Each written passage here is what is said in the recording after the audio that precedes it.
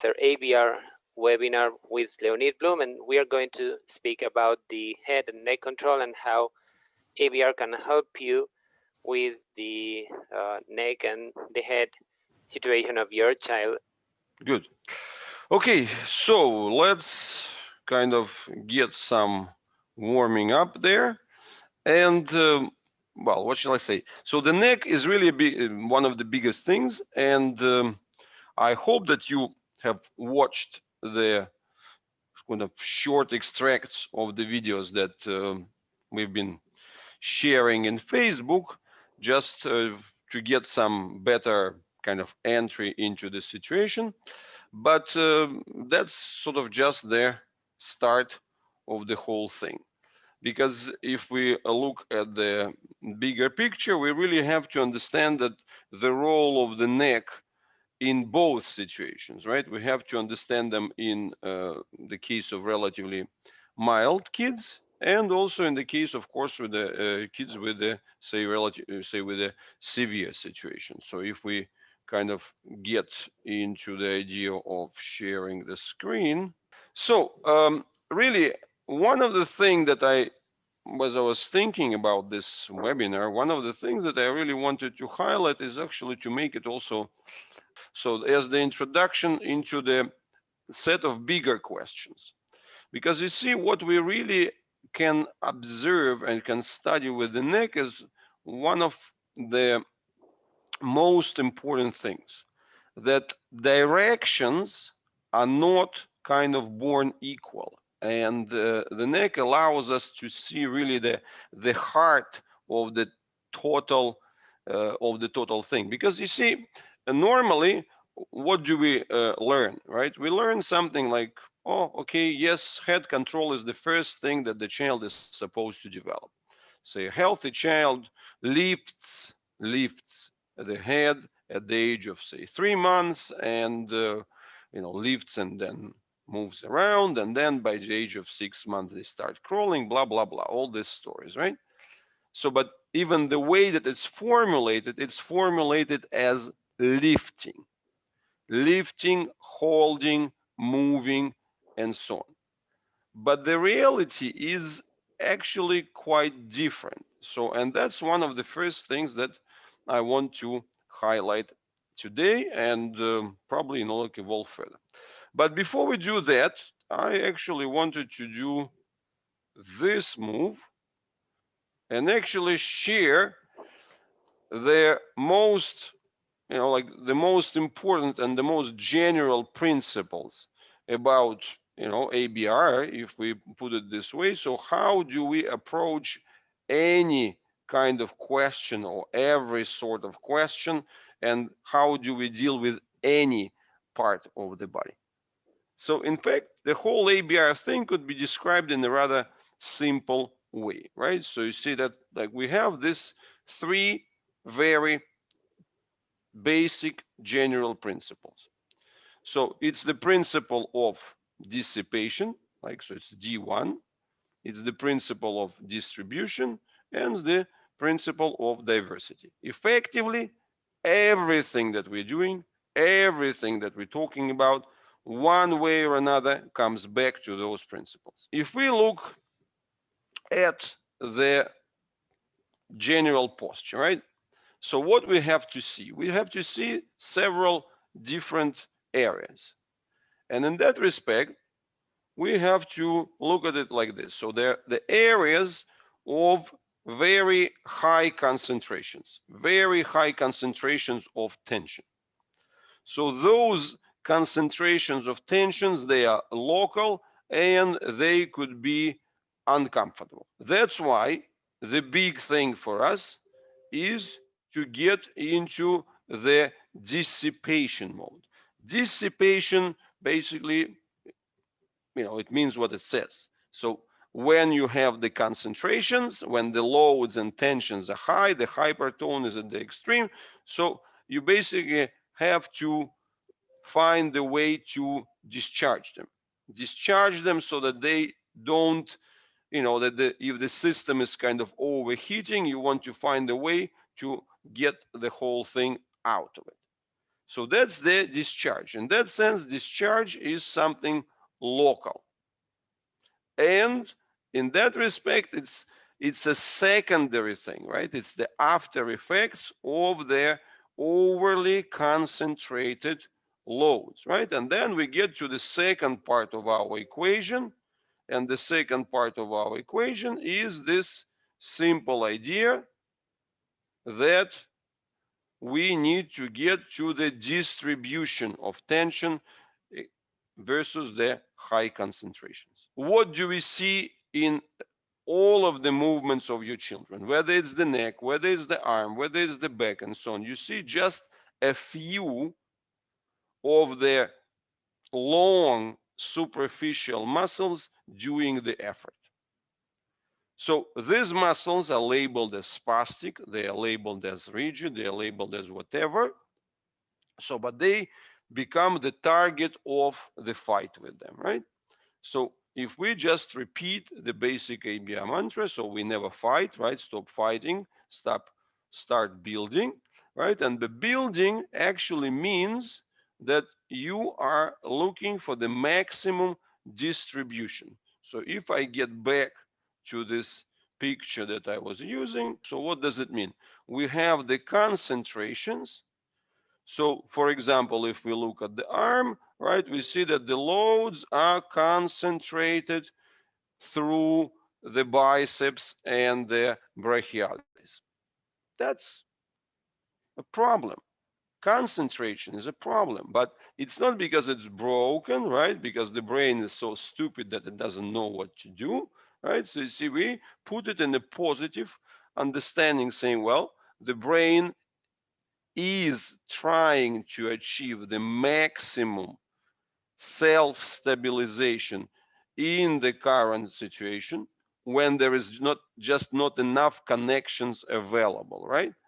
So, and our job is to help this smart brain by building the distribution. So we want more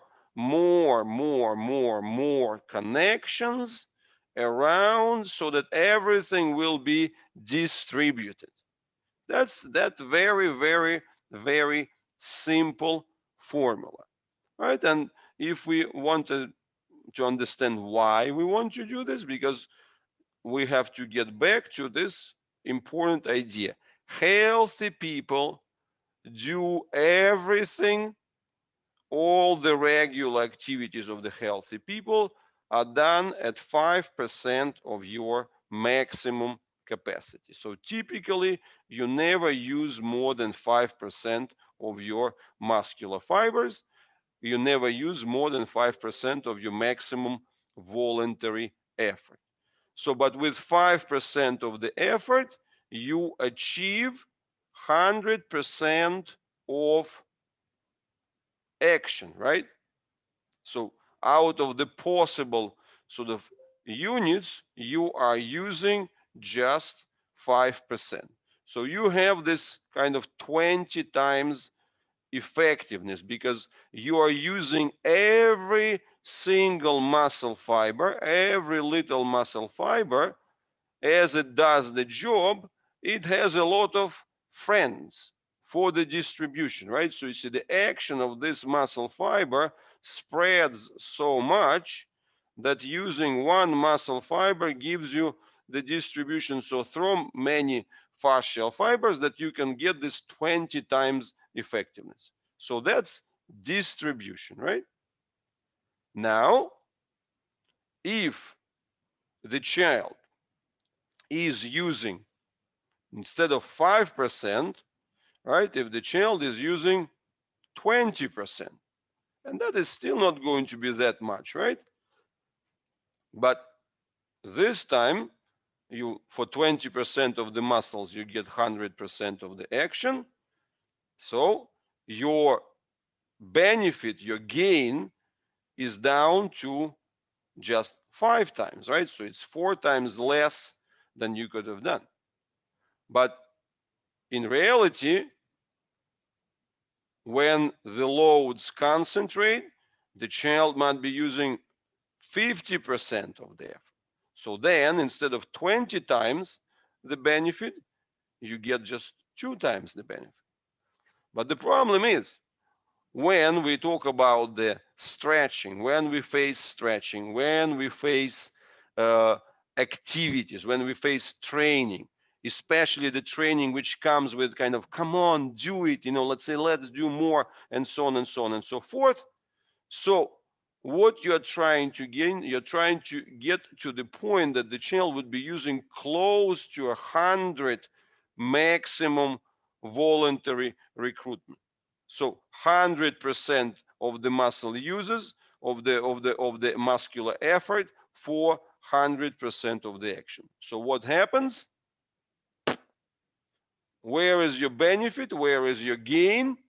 Where is your additional thing? Is gone, right? And well, since I'm now have to find a way to present this both to American and European audiences with different imperial versus the metric measurements, right? So you see, I will still go with American ones, right? So you see with miles per gallon, right? So you see miles per gallon. So gallon is 4 point something liters, right? So you see, and miles is 1.6 kilometers.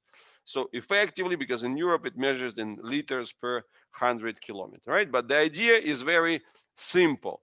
If here 1 gallon of muscle fuel gives you 20 miles, so here 1 gallon of muscle fuel gives you only 1 mile. So think about it, like how much you are actually burning, and then if you are using that fuel for posture and movement, then what happens? No surprise that your child doesn't grow well enough. No, the surprise that your child doesn't have enough, or doesn't have enough of the capacity for the internal health rebuilding, and so on and so forth. So that's why our big idea always comes back to this. How can we distribute? And distribution also means that, of course, if these are kind of high centimeters, right? So you see, look at this distance. So that muscle itself is like 30 centimeters long, 1 foot long, right? Foot longs, if we talk about the American approach, right? Remember this fast food chain, Subway, right? So you see, they had, which sells sandwiches. They had the foot-long sandwiches, right? So you see, it's like a 30 centimeter long sandwich. So we want, instead of the foot longs, we want to distribute it into the inches, into the centimeters, into the millimeters, and so on. So that's what we're doing. So distribution, whether it's the neck, whether it's the arm, whether it's whatever, distribution is our number one idea. What was the third one? Diversity of the responses, right? So that's also coming through distribution. Means that if you are going to track your own movement, your own response, and so on, it's always slightly different, because you're only using 5% of your muscle recruitment. So this time is this 5%, next time is the other 5%, next time is the other 5%, and so on. So whilst you're using it like this, you get the diversity. And of course, you give the time for, like your total usage is small. So your muscular fibers, they never get tired. They never get this additional, like, formation of all the metabolites, and so on and so on and so forth, right? But if you have close to 100% usage of the muscles all the time, you end up doing the same thing all the time, right? You can't change it. There's no diversity there. And this is what we discuss when we talk about this kind of fluidity and ease in the movement of the healthy child. And that's why I will continue to bring you in those webinars back to this kind of movements, this hip play illustrated by this girl, right? So you see, look, so many tiny small movements, right? So you see these tiny shifts which are very much present throughout the whole thing. So you see, then there is adjustment, there is a selective movement, another selective movement. So lots of tiny, diverse movements. So why I have gone to this length in this initial introduction? Because, especially when it comes to the head, the first thing that you want to see as a parent is your child's ability to lift the eyes to the level and kind of see the world, see you, see around, and that requires lifting the head. So, because otherwise the head is down. And that's why a great effort goes towards this lifting. But when you are getting into this lifting, so what happens? You move into all kinds of training. Yeah, so you see, for example, I've just got to use some of the pictures of this kid because it's very typical, and also like they sent the videos of the uh, like very enthusiastic physical therapists and nice physical therapists working with him and so on. So what you see here, right? So they are practicing all sorts of play and supports and trying to give the additional support to the head and encouraging all these moves and so on. So in that respect, to give the child the opportunity to get the play and to get into this movement, right? So you see, that's what we are observing here, right? And then also when the child is lying down, so that would be all sorts of the visual stimulations. The head is lying flat. So this is where we get all these basic ideas about the movement. And then, of course, in that kind of movement training would also be included things like this, trying to encourage the child to hold the head and all that stuff, right? So this is what typically you get as the training protocols. People trying to help with positioning, people trying to get the placements where the child has no other option but to lift the head and so on. But my central message was about the distributions versus the concentrations. So ask yourself a question. When the child in this situation that he has no other option but to lift the head, is he going to do it in the most relaxed? Is he going to do it at 5%? Or is he going to do it at 50%? Or is he going to do it even maybe at 90% of the effort? Especially since we all have this idea that, well, you first work hard and then it will get easier. So that's exactly the biggest mistake. And why am I getting that much on it? Because if we are discussing the head and control, this is exactly the thing that we have to discuss the positioning of the head from this perspective of a drop, right? So you see the counting of the head position starts from the lowest placement of the head, not how high the child is able to lift it, but what is the lowest placement of the head. And there we would draw this kind of spiral like thing. So this is the tricky part about the neck. You are not used to think in terms of spirals. You are used to think in terms of the straight lines. And that's the problem. The nature is not based on straight lines.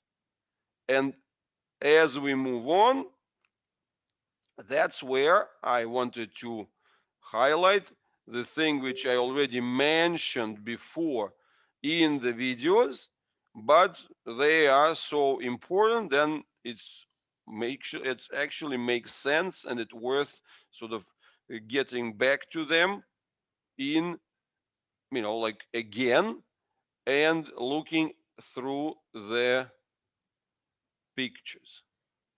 So our main message, main idea, main thing that we have to keep in mind is this: the base, right? So you see, and look at this, even the not the anatomical drawing people, they draw it differently, right? So you see, sometimes they draw the jaw closer, sometimes they draw the jaw further, and they don't really bother, because the main idea is to discuss what kind of positioning the head has.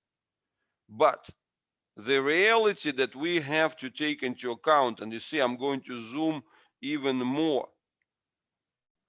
Look at the orientation of these fibers. Look at this orientation. How are they oriented, right? So you see, they're oriented in this fan-like fashion. Why would be they oriented in that fan-like fashion? Because the most important thing is the ability to counteract the tilt of the head forwards. So you are restraining and controlling the tilt of the head forwards. But this tilt comes in this form of a spiral, right? So you see, the control is on the back, but your first pivoting is here at the jaw. So effectively it goes all the way through, all the way through. So that's the locking part. So that's the central thing that we have to keep in mind, that it works as a spiral. And gee, understanding spirals, the reality is nobody has ever taught you anything about spirals, right? So if you have, I'm not even sure whether you had anything about spirals at school, or most definitely the like even the university math grades, like they don't discuss things, because that is kind of considered a very specialized subject. So, and that's why our main point is here at the nuchal line, right? So you see, we always discuss that it's the deepest ligamentous connection which is critical. So, and that's what I want you to understand, that the deficit, right, the angle which then affects everything else, that angle is in the deep ligament. But as we move on, we will need to do this next move. I will do the radical move and put this child on his back. Now this child is on his back. So what is the first problem with the position on the back itself, right? So that the position on the back itself creates the tendency to tilt the head backwards, right? And on top of this, when you are in this position, it kind of creates either the slack at the base of the skull, but if if it creates the slack, then what is the natural reaction of the body? Build, because the slack translates into the vestibular problems. So build some sort of the bridge here so that you can lie on your back without losing the head position in space. What does it mean? That the most superficial items get recruited. The connection from the shoulders all the way to the base of the skull. So where is the neck? The neck disappears. And that's a very big question. So when we talk about the head and the neck, so our job is to focus on the true neck. If the head is being controlled directly from the arms, it's possible, right? So you see, we don't want the arms to control the head. So that would mean the neckless child, right? But the neckless as in missing the neck, not as a necklace, as their diamonds and pearls, right? So that's the necklaceness of a child. So this is what we don't want. And this necklaceness is what we are dealing with all the time. And so this is the critical point when people say, oh, you know what, like he already had some head control. It wasn't perfect, but at least there was something, right? So you see, and we wanted to kind of to progress and so on. But the problem is, if the head control was based on necklaceness, then with this necklaceness, you cannot build anything, right? And that's why I get back to this picture where I put the child on his back. So this lock of the head forwards, so-called neck flexion. So as you might see here, the ligaments of the spine, they are what? They are continuous, right? So they are continuous throughout. So if you have a slack at the top, are you able to get the proper development of the back of the spine further? No, there's going to be some deficits and so on, and as a result you're always going to end up using overly superficial muscular parts. But using overly superficial muscular part doesn't give you this full control. And what is also happening here is this thing, that when you look at the head, the important thing about the tail is that the tail works the same way, right? So the tail is also the one that has to be counted from the spiral. So all of you have heard about the embryonic position and so on, right? But the reality is that the embryonic position is the one that indicates that primary, the primary length, the primary kind of orientation of the entire back. But you might ask a question saying, well, okay, but is it so important to have this full length? What if I have it like slightly shorter? Can it be that bad? The answer, we have to remember that that is not just a cable, right? Like lifeless ligament.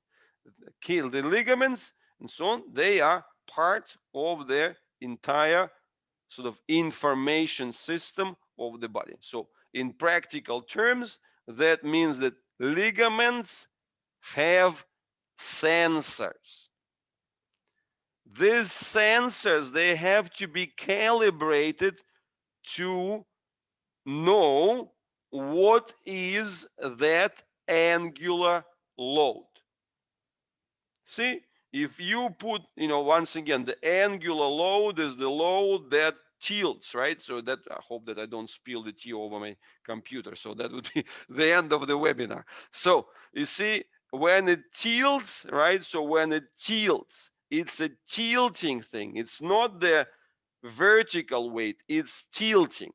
And when it's tilting, of course, that's much greater momentum, that's much greater leverage that you have to counteract compared to this vertical load. So when we get back to this uh, fundamental picture, fundamental general picture, right? So you see the child being in this position. What do we have to take into account? We have to see through this lens, the lens that the head has this spiral weight, if you want, right? So it's a spiral weight, the angular weight of the head, that is critical. So in that respect, how much of this pull it creates the twisting of the head, right? So it's imagine that you were having the watch spring and you were, like remember this old watches that you had to wind, right? I mean, even the older ones, like in old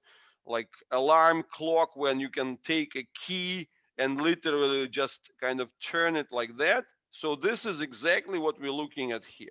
So that the head weight, the weight of the head comes through the flexion, and this head, the weight of the head then creates the reactive pull at the entire ligaments. And the ligaments, they have to know it, because if the ligaments, they don't know it, then the brain is going to move towards the emergency.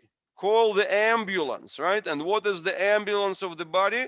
Muscles. Muscles are the ambulance. It's the emergency reaction. So when everything is normal, when everything is kind of as it typically is, muscles are resting. They're just kind of tuning the thing somewhere in the background. That's why they can work at 2%, at 5% of their capacity. They're not needed there. But if the deeper, say, passive systems, they are not properly calibrated, if they don't know, if the change of the head position is not properly informed, if the ligaments do not inform the brain, so what happens? The brain turns on the emergency mode, switches on the muscles. But then, the child lifts the head, and you might even be happy. Oh, wow, he's lifting the head. But that's not sustainable. And that is obviously then going to lead to the trouble at the back, at the pelvis, at the legs, and so on. So I want to try to bring this idea of the connectivity and the idea of the spirals so that you would visualize it. And I understand it's not easy. We are not conditioned to think in those spirals. And like as a parent, the first thing that when you look at the child in this position, the first thing that comes to your mind, or like poor kid, probably it's so boring to look down, let's say at his belly button, and to look, let's say down at the floor, or at the legs and so on. So you get this type of the interpretation of the situation. You're not looking into it as the process of this training at the neck. So this is really the most essential thing for us to understand, that head control can be done in two ways. It's via the neck, which is a good one, and via the necklace, via the necklaceness. So that is the one when it's being controlled by the arms. Again, I hope that you have watched the videos that Manu has posted before, because so that the idea that the arms could control the head wouldn't be like overly surprising to you. But just give it a quick refreshment. So this is the important thing to understand when we are looking at the connections. How could the necklaceness be possible? In fact, very, very easily, because this is where you have this whole thing of the trapezius, and the trapezius has those connections that are going up to the base of the skull, right? So you see, these connections is what we need to keep in mind. In that respect, you have the direct link that goes from the arms to the head. And the SCM muscles, right, the sternocleidomastoid muscles, they do the same job. I like this picture because it gives you all the names here. You think of these muscles because it crosses the neck as if it was the neck, but it's not the neck. It's the arm, right? So it's clearly written here. Origin, manubrium, insertion, mastoid process. What is manubrium and the clavicle? Well, manubrium is actually the chest, and the clavicle is the arm, right? What is the mastoid process? That's the head. Where do you see the neck here? There's no neck. That's a necklace situation. The same thing here. The insertion is the spine of the of the scapula, right? So the shoulder blade and the clavicle, and the origin is the occiput, right? So you see that goes all the way to the base of the skull. So that's the way how you can have the head control of sorts in the neckless situation. And that's the part which you can never control through this kind of training, even with the nice activities, nice therapies, nice demonstrations, and so on. You're always going to have this trouble. And the point is that as what you are expecting from any training, what you're expecting from anybody, right? So it's in fact when you're signing up and what you're expecting from ABR, well, you're saying, well, at least we have to get, you know, the things that we already have, like the head control and so on. We really expect a fast and kind of progress because we already have some. The reality is that you are really missing the neck, and if you want to move anywhere further, your first point is to reclaim the actual neck. Not the head control, but bring back the real neck. The neck that is able to deal with this spiral orientation. See? That's the spiralization. So that's how these things work, right? So you have to visualize this hidden core of the spiral, which goes into the way how the jaw is connected all the way through, right? So you see, it's that line of connection that goes all the way through, how well it's linked there. And along this way, we have the connections here at the mouth floor, at the hyoid bone, and so on. So that these connections of the jaw, they should be free from making additional kind of contributions towards the lift of the head. And of course, for many of you, you have to remember this basic idea that what is the position of a chin. In that respect, what we often see that in the beginning, the chin position for the kids with the poor head control goes all the way down to the chest and all the way down to the level of the nipples and even lower. So I've chosen this video or this picture of the child who is already in a better condition because of the reclaiming of the neck. And that's where we can see that the chin is quite far from the chest and the chin is gradually on its way to the clavicles. I know it might sound as the disappointing news. So we are really focused on what's happening here, right? So you see what's happening inside this thing, inside that core part. Whilst you are looking at this section, at the neck, at the ability to lift, the conversion of the spiral into the lifting. But there is nothing we can do about it. Because if we don't have the neck, we cannot really have the spine, we cannot really have the control of the legs, and so on and so forth. So you see, like, other things that you really want, they are not achievable without this neck. So head versus neck. So it's like we want the true neck control. So, and we typically start from the situation of necklessness. We start from the situation of necklessness, and that's what we have to rebuild. We have to rebuild, and that's why when you would hear from me, I would be very happy with the emergence of the real neck. I would be very happy with the accentuation and visibility of the vertebra.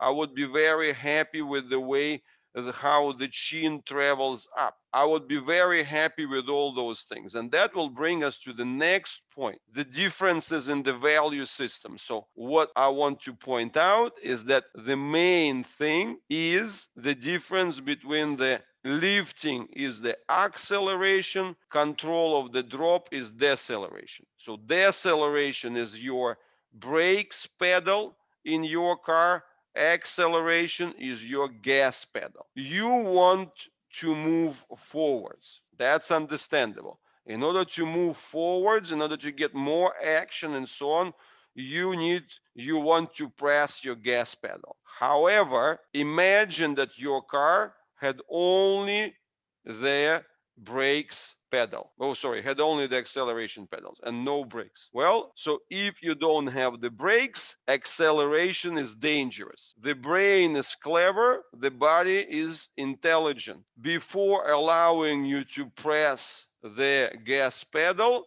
it has to build significant reservation, like maybe 10 times stronger brakes before you would be allowed to press on the gas pedal. So that's why what I'm most interested in is how smoothly your child is able to get into this deceleration. How comfortable is the landing of the chin? What's happening in terms of the mouth floor and the neck? So what about the hyoid bone and this whole connection? So we want to get this. So are we having an additional hidden challenge at the base? Because that's another part that we have to be aware of, right? So the neck itself is not homogeneous. The neck itself has three parts: the lower, the middle, and the top. So in the beginning, we can see the extraction of the bottom, then the middle and the top could be still very much hidden. So that is really that development